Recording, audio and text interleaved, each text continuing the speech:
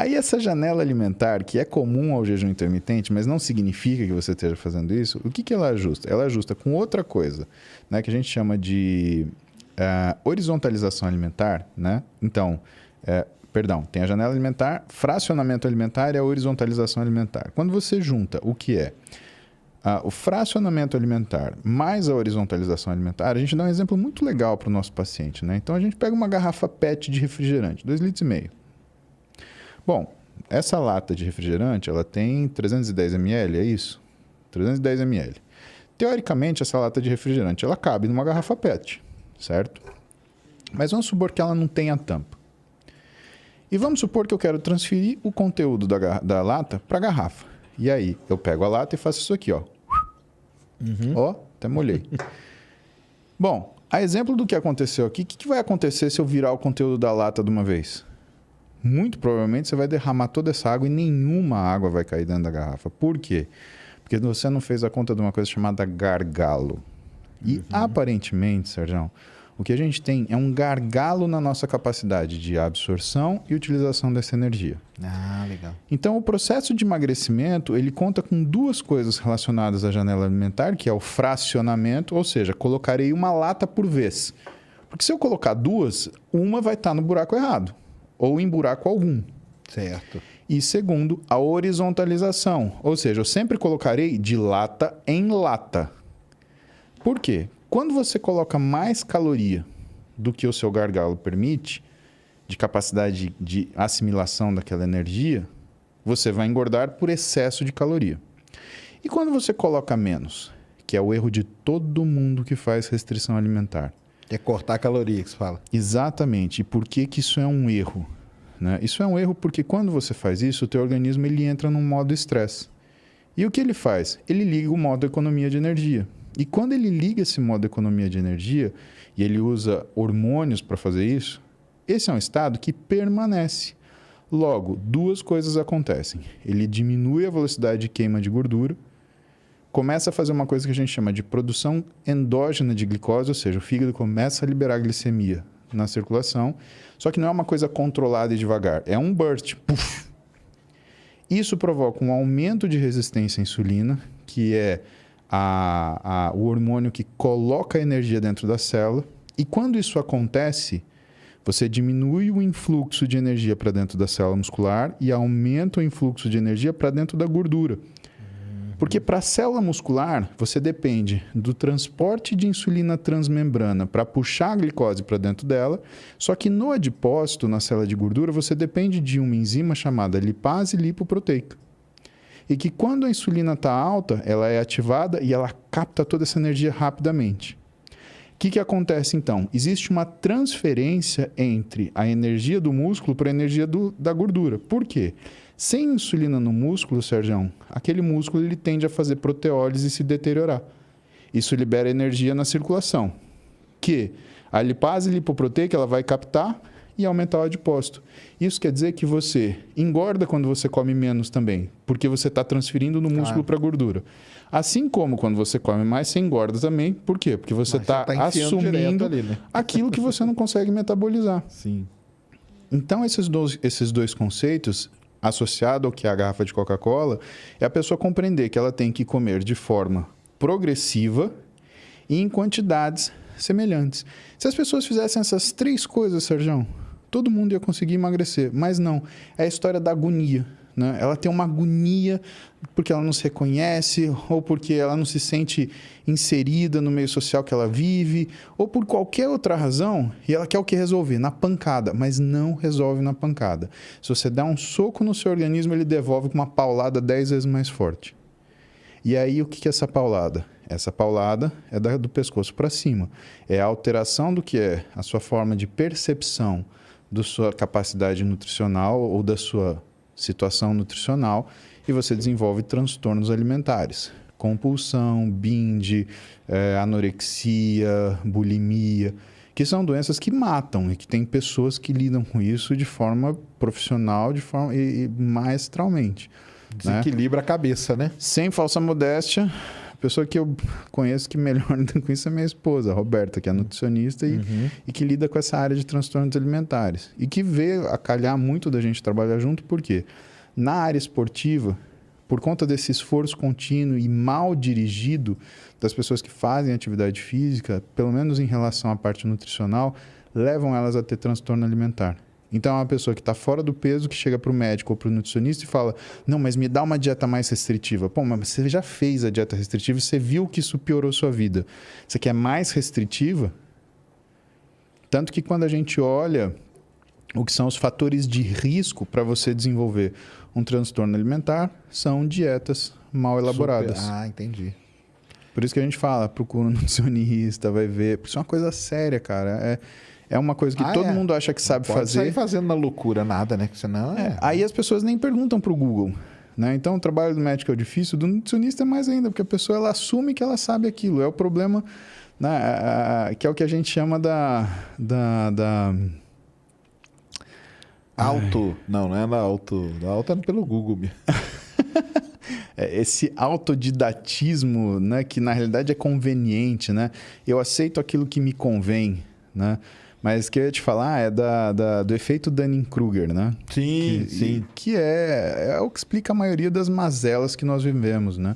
E eu acredito nisso. Eu acredito que a pior coisa é o conhecimento parcial. Porque aquilo que você ignora, você não se arrisca. Mas o conhecimento parcial is a bitch, né? Ele vai te colocar numa situação de problema. Pode ver que quando alguém fala que não domina, sempre toma uma carraspana. Por quê? Porque... Sabe, essa sensação de saber o que está falando é o que esses caras eles conseguiram falar. Então, para vocês contemporizar isso daí, entender o que é efeito Dunning-Kruger, isso é importante pra caramba. Isso é muito mesmo. São 2 psicólogos, né, que na Universidade de Cornell eles decidiram entender como é que era a curva de aprendizado e o que era a percepção da ignorância, que é o mais importante. E aí eles colocaram situações hipotéticas e, para explicar de um jeito mais fácil, vocês me perdoem a imprecisão, né? Daqueles que conhecem isso, é o seguinte. Eles perguntaram para pessoas quanto elas sabiam de um assunto. Aí eles aplicaram uma prova para essa pessoa sobre esse assunto. E o que eles perceberam? Quanto mais a pessoa ignorava o assunto, mais ela achava que conhecia e aí ela tomava pau na prova. O curioso é que isso gerava um corolário. Ou seja, quando a pessoa conhecia muito sobre um assunto, ela achava que sabia menos do que ela realmente dominava. Quando você pergunta uma coisa a uma pessoa que sabe muito de um assunto, ela fala, preciso pensar um pouco nisso. Porque ela está juntando todas essas variáveis e tentando fazer aquilo conversar para poder te responder. Enquanto a pessoa que é tola, né, ela, isso é fácil, é tal coisa. Bom, resolver a vida no tapa assim tem seus riscos, né? Que é o que a gente recomenda para a pessoa não fazer. Então, lição de hoje para vocês, se vocês querem uma lição importante, é não façam dieta no tapa. Grande chance de você se estrepar. Tá? Isso é coisa séria. Tem que procurar. E não é só...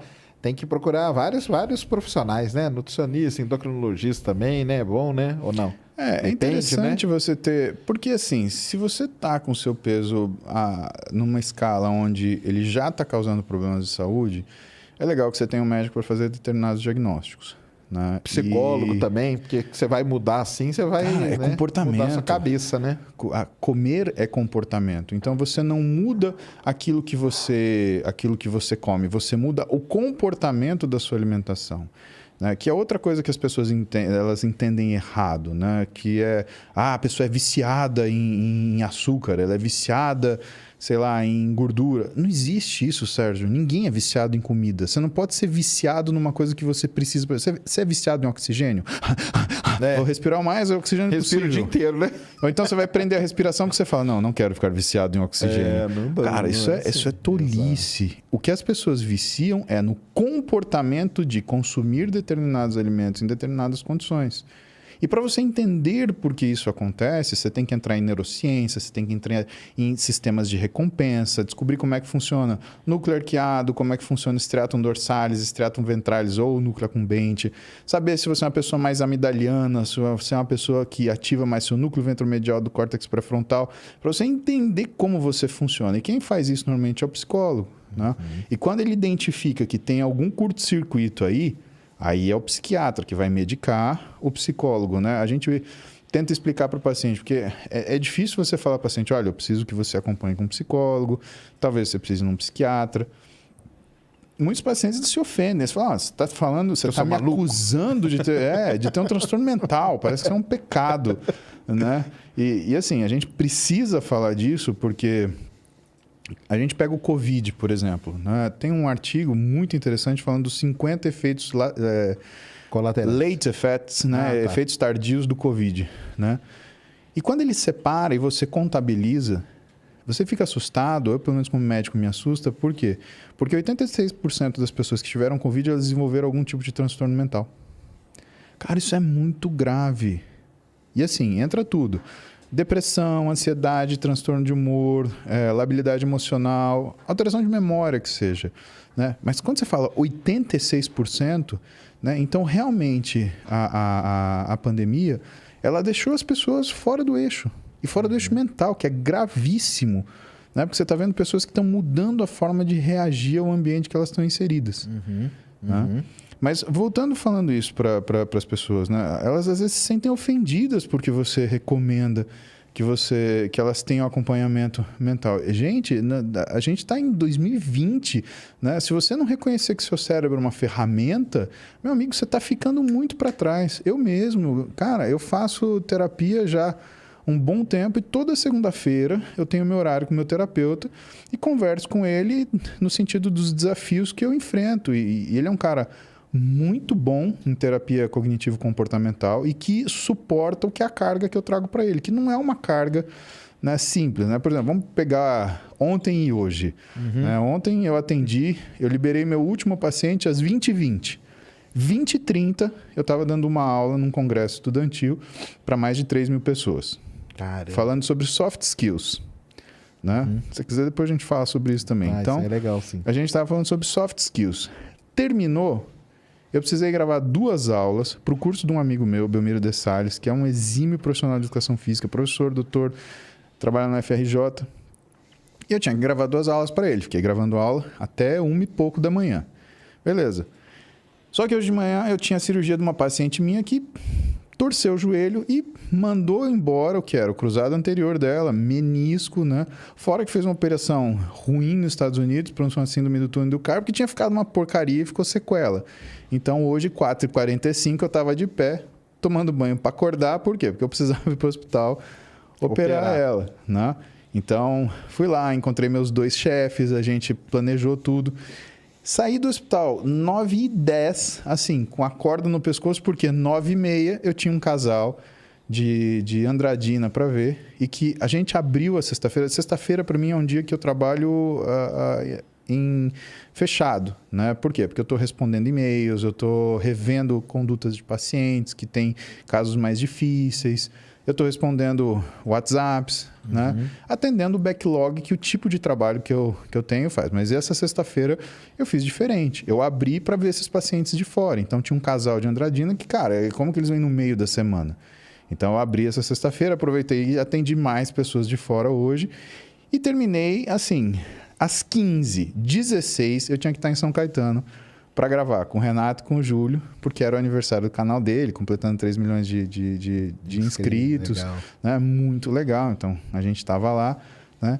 E hoje terminamos 18h30 para eu estar aqui com você, aqui agora, chegando. E eu cheguei exatamente às 19h27, porque tinha que fazer o teste do Covid, tinha que ver que deu negativo para a gente poder sentar e bater papo. Isso aí. Então, imagina o psicoterapeuta que vai atender um maluco como eu. E que vou chegar em casa hoje mais tarde, amanhã eu acordo 6 da manhã, por quê? Porque eu vou abrir um congresso com um amigo meu e vou ficar lá até às 7 da noite.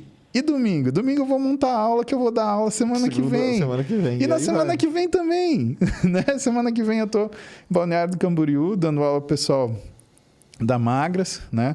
Eu tomo conta da parte técnica deles, né? São 400 clínicas de saúde e estética. E eu cuido da parte técnica, parte científica. No outro final de semana, eu vou estar no Mato Grosso do Sul, em Campo Grande, dando aula. E assim, eu vou para Campo Grande, dou aula no sábado, acordo na madrugada do domingo, pego um avião, volto para São Paulo, pego um avião, vou para o Rio. Tô lá no campeonato no Rio, que vai ter uma feira, e aí eu pego um avião de volta para São Paulo no final da noite, chego aqui de madrugada e quem sabe, né, eu vou descansar na primeira semana de dezembro. Mas aí como que você mantém a rotina de, por exemplo, alimentação numa loucura dessa? Eu posso te mostrar, minhas marmitas estão aqui. Ah, você anda com a comida. Sempre. Não, Exatamente. eu acho que isso é legal das pessoas verem. Quer ver? Senão fica aquela coisa meio proselitismo, né? Porque o pessoal, a primeira coisa é aquela, né? Cara, não vou fazer porque eu não tenho tempo, né? Minha vida é muito doida, né? É a primeira coisa que a gente fala, né? Tipo, a primeira desculpa que a gente fala, né? Ah, não vou fazer nada, não, porque minha vida é muito corrida, minha vida é muito doida, mas é a sua e você faz, né? Que você mantenha. Cara, ó, tá aqui. Isso é minha tarefa do dia com a minha saúde e com o meu esporte, que é o fisiculturismo. Então, desculpa, tem umas marmitas sujas, mas vamos falar de vida real, porque eu não tô aqui para ser bonitinho. Eu falo que se eu quisesse ser bonitinho, eu tirava a sobrancelha, né? Então, não é o caso. Ó, uma marmita, tarefa feita. 2 marmitas, tarefa feita.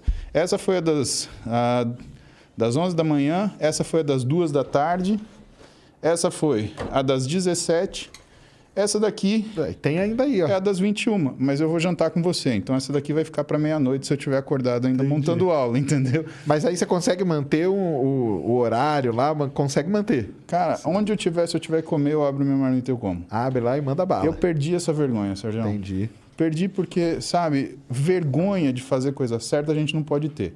Você tem que ter vergonha de roubar, de matar, você tem que ter vergonha de mentir. Por que a gente não tem vergonha de mentir? É verdade. Você vai ter vergonha de marmitar? Então, Sérgio, tá vendo, cara? Você que fica aí falando que você não tem tempo. Sério, entenda. Não é que você não tem tempo, é que você não criou o espaço Exatamente, claro. Lá nas suas, no seu desktop lá mental, ele não tem lá no seu to-do, não, comer essa hora. Tá? E por que para você é tão importante quanto a mim? Né? Nós dois somos grandes e somos grandes diferentes. Exato, isso aí. Agora, aquilo que nos move é muito parecido. Porque, por exemplo, se eu não comer, Ah, não, claro. eu não funciono bem. Não, todo mundo, né? É o combustível, né? Exatamente. Agora, veja, se eu não comer, eu não funciono bem para trabalhar em performance. E se você não comer, você também não vai funcionar bem para trabalhar em performance. Só que talvez a sua performance seja você manter uma rotina regrada. Uhum. É a regra. É assim. Vamos supor, agora faz de conta que ninguém está assistindo a gente, aí o Paulo médico senta com o Sérgio paciente. Eu jamais ia te dar um remédio assim, ó, toma isso daqui que você vai emagrecer. Jamais. Você sabe o que eu dou? Eu te dou o meu telefone. Minha nutricionista que está atrás de mim, ela pergunta, Sérgio, o que você come e o que você gosta de comer? Você fala para ela, isso. Se você não tiver nenhum sintoma, se sua saúde estiver perfeita, se você não tiver uma alteração metabólica, uma alteração glicêmica, uma alteração de lípides, né, risco cardiovascular baixo, ou seja, se não tem nenhum motivo para te medicar, porque você não está em risco, você vai sair do meu consultório Monta com uma dieta que você come o que você está acostumado. A única coisa que a gente vai fazer, a gente vai te ensinar janela, fracionamento e horizontalização. Enquanto você não sair disso, a gente não move adiante. Entendi. Tem um monte de profissional que reclama que não tem bom resultado. Por quê?